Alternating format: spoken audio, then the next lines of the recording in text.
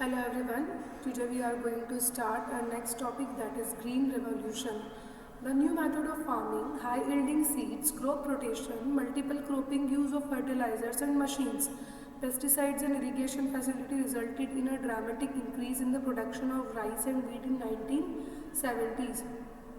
Farming की नई method आई जिसमें high yielding seeds, crop rotation, multiple crop, fertilisers का यूज़ करना, मशीन्स का यूज़ करना, पेस्टिसाइड्स, इरिगेशन फैसिलिटी का यूज़ करना, जिससे क्या हुआ, प्रोडक्शन जो था राइस और व्हीट का वो 1970s में इंक्रीज़ हो गया।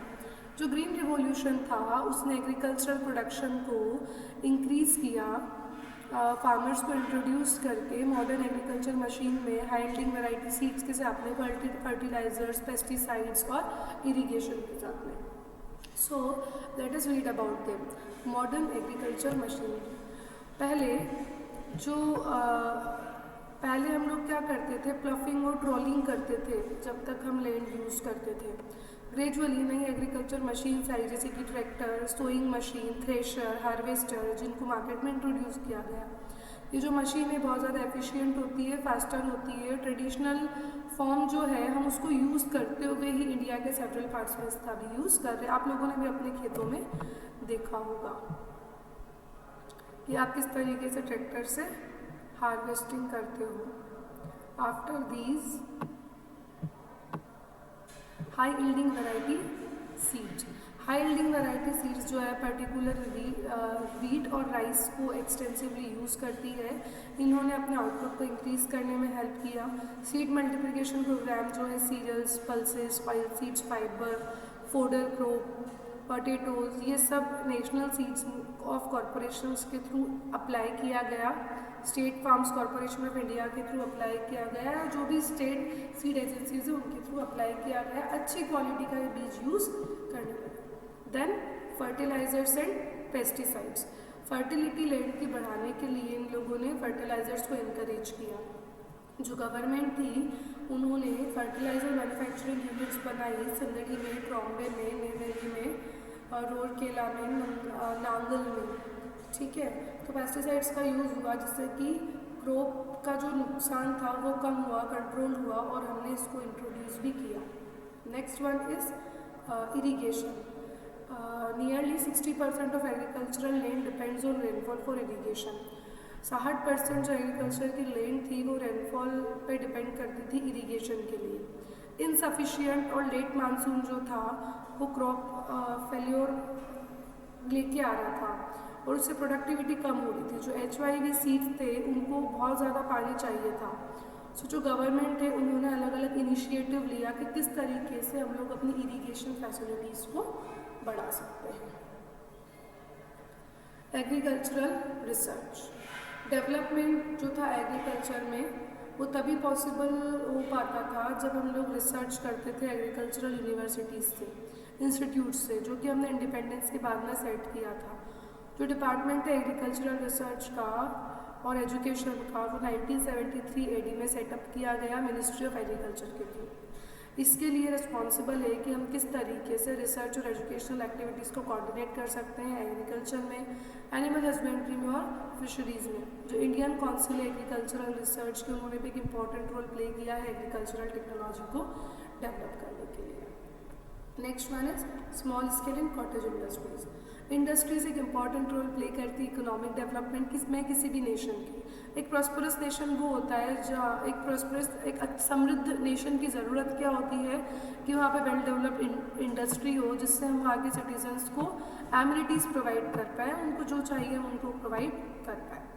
जब इंडिया इंडिपेंडेंट बना तो बहुत कम ऐसी कंट्रीज़ थी, बहुत कम इंडस्ट्रीज़ थी हमारे यहाँ पे, टेक्सटाइल और शुगर जैसी।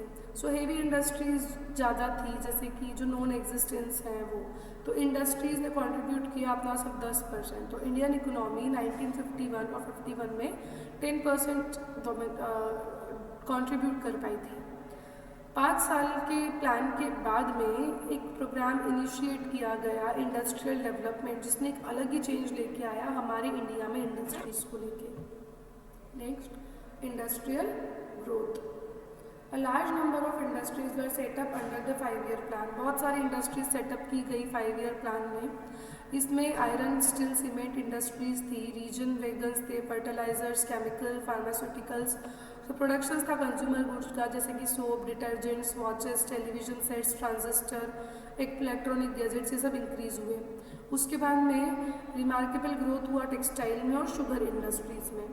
फिर शिप बिल्डिंग, एरोप्लेन मैन्युफैक्चर करना, टेलीफोन इंडस्ट्रीज सेटअप की गई। ये सब डेवलपमेंट ये बताता है कि किस तरीके से इंडिया में इंडस्ट्री ने एक अलग ही तरीके का प्रोग्रेस किया। कॉटेज इंडस्ट्री, कॉटेज इंडस्ट्री में मेनली रस्सी बनाने का काम, टॉयज, क्ले, वुडन आर्टिकल्स बनाने का काम होता है। जनरली ये काम वर्कर्स के थ्रू अपने घरों से किया जाता है। कॉटेज इंडस्ट्री हमेशा हमारी कंट्री में रही है, ये डेवलप नहीं हो पाई अपनी फुल कैपेसिटी के साथ just because of colonial rule. Now government ने इनिशिएटिव लिया है कि कॉटेज इंडस्ट्री को डेवलप करे। जो फैमिली मेम्बर है यूजुअली इस इंडस्ट्री को अपने घर पे चलाते हैं, जैसे कि बास्केट्स बनाना, टॉयज, रोप, हैंडलूम बनाना। सो ये सब मैन्युफैक्चर होता है कॉटेज इंडस्ट्री में। Next one is small scale industry. Small scale industry में एक लिमिटेड कैपिटल की ज़रूरत होती है, कि स्मॉल नंबर ऑफ वर्कर्स होते हैं। ये जो इंडस्ट्री होती है ये एम्प्लॉयमेंट प्रोवाइड करती है लोगों को, उनको इंकरेज करती है कि वो बैकवर्ड रीजन को डेवलप करने में हेल्प करें। हमारी जो गवर्नमेंट है वो इनकरेज करती है कि हम लोग स्मॉल स्केल इंडस्ट्रीज़ को डेवलप करें। हम लोग फास्टर रेट में लार्ज स्केल इंडस्ट्रीज़ को सेटअप कर सकते हैं, तो हम लोग एम्प्लॉयमेंट भी जनरेट कर सकते हैं। तो स्मॉल स्केल इंडस्ट्री जो है वो कंज्यूमर गुड्स बनाती है जो बहुत ज़रूरी होता है, जैसे साबुन, hosiery item, hand tool, utensils etcetera. कुछ स्मॉल स्केल इंडस्ट्री है जो एंसिलरी इंडस्ट्री की तरह सर्व करती है बड़ी बड़ी इंडस्ट्री को। Ancillary means supportive industry.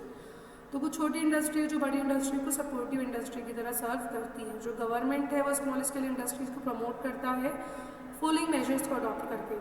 Tax benefit offer किए जाते हैं स्मॉल स्केल इंडस्ट्रीज को सेटअप करने के लिए। स्पेशल टैक्स इंसेंटिव दिया जाता है जिससे कि इंडस्ट्री सेटअप हो बैकवर्ड एरिया में।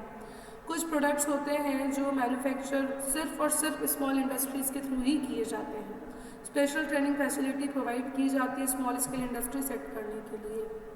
आप लोगों ने लिज्जत पापड़ की स्टोरी सुनी होगी, लेट अस लर्न। इसमें दी हुई एक सक्सेस स्टोरी।